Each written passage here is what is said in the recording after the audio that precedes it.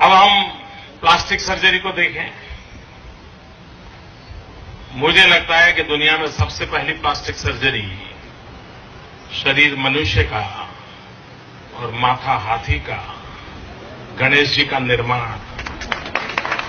அதாவது மோடி பேசுறாரு, உலகத்திலேயே முதல் முறையாக இந்த நாட்டிற்கு உலகத்திற்கு பிளாஸ்டிக் சர்ஜரியை அறிமுகப்படுத்தியது நாங்க தான். விஞ்ஞானம் என்ன விஞ்ஞானம்?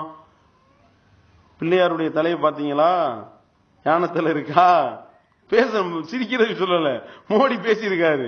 அது யானையினுடைய தலை, அந்த மூஞ்சியை யானையுடைய மூஞ்சியா ஒரு மனுஷனுக்கு அறுத்து அந்த மாதிரி மாத்திரதா இருந்தா இதுதான் பிளாஸ்டிக் சர்ஜரி என்பது அப்படின்றாரு. இது எப்படிப்பா? இது அந்த இதை நீங்க ஆய்வு செஞ்சாலே அது எவ்வளவு பெரிய ஒரு லாஜிக் இல்லாம அறிவற்றத்தனமாக இருக்கின்றதை நீங்க விளங்கிக்கிறலாம். கடவுளை இழிவுபடுத்தக்கூடிய நிலையில் அது இருக்குன்னு நாங்க சொல்லுவோம். எங்கள்கிட்ட கேட்டீங்கன்னா நாங்க அப்படி வாதம் வைப்போம். ஏன் இப்போ ஒரு மனுஷனை வெட்டிட்டாரு, தன்னுடைய மகனே வெட்டிடுறாரு சிவன். அதுதானே அதனுடைய பின்னணி? அதுதானே சிவன் பகுதிக்கு போறாரு, பார்வதி குளிச்சுக்கிட்டு இருக்கும் பொழுது அந்த பாதுகாப்புக்கு பிள்ளையார வச்சாங்கன்றதான் அந்த புராண கதை. அப்ப பாதுகாப்புக்கு நின்றவர் யாரு? பார்வதியினுடைய மகன்.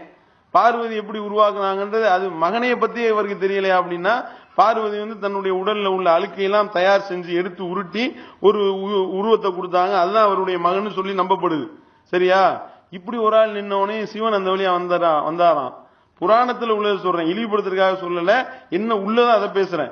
அப்ப வரும் பொழுது யாரா நீ அந்நியானு, என் மனைவி குடிக்கிற இடத்துல உனக்கு என்னடா வேலைன்னு கேட்டிருக்காரு.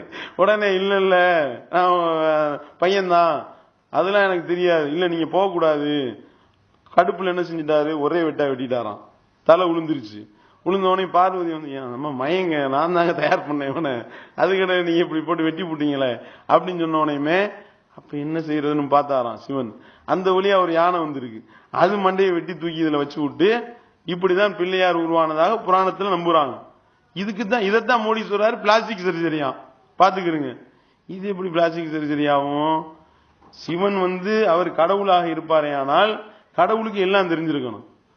வந்தவனையுமே அந்த பார்வதியினுடைய அந்த அழுக்கில் இருந்தாலும் நீங்க தயார் பண்ணிருக்கன்னு சொல்லணுமா இல்லையா? அப்ப அவருக்கு தெரியலையே, விவரம் தெரியலையே. அப்ப அந்த ஆற்றல் கூட இல்லாதவர் எப்படி கடவுளா இருப்பாரு?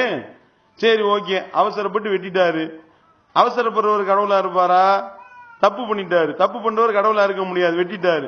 வெட்டினதுக்கு அப்புறம் அந்த மண்டையை தூக்கி ஒட்டி வைக்க வேண்டியதானே, அதுக்கு பவர் இல்லையா?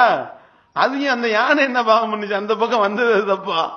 அதை போட்டு மண்டையை வெட்டி அதை தூக்கி அந்த தலையை என்று கேள்வி கேட்டால் அப்ப இவ்வளவு பிரச்சனைகள் அதுல இருக்கு. இதை இவர் சொல்றாரு, இந்த மாதிரி பிளாஸ்டிக் சர்ஜரியினுடைய முன்னோடிகளை நாங்க தான் என்று சொல்லக்கூடிய அளவுக்கு நிலைமை இருக்குன்னா, இப்படிப்பட்டவர் தான் சொல்றாங்க மாட்டுக்கறி கேடு மாட்டு முத்திரம் ரொம்ப power, I M A Complan boy அப்படின்ற மாதிரி, ஐ எம் கோமியம் பாய் அப்படின்னு சொல்லக்கூடியவர்களாக இவர்கள் இருக்கின்றார்கள்.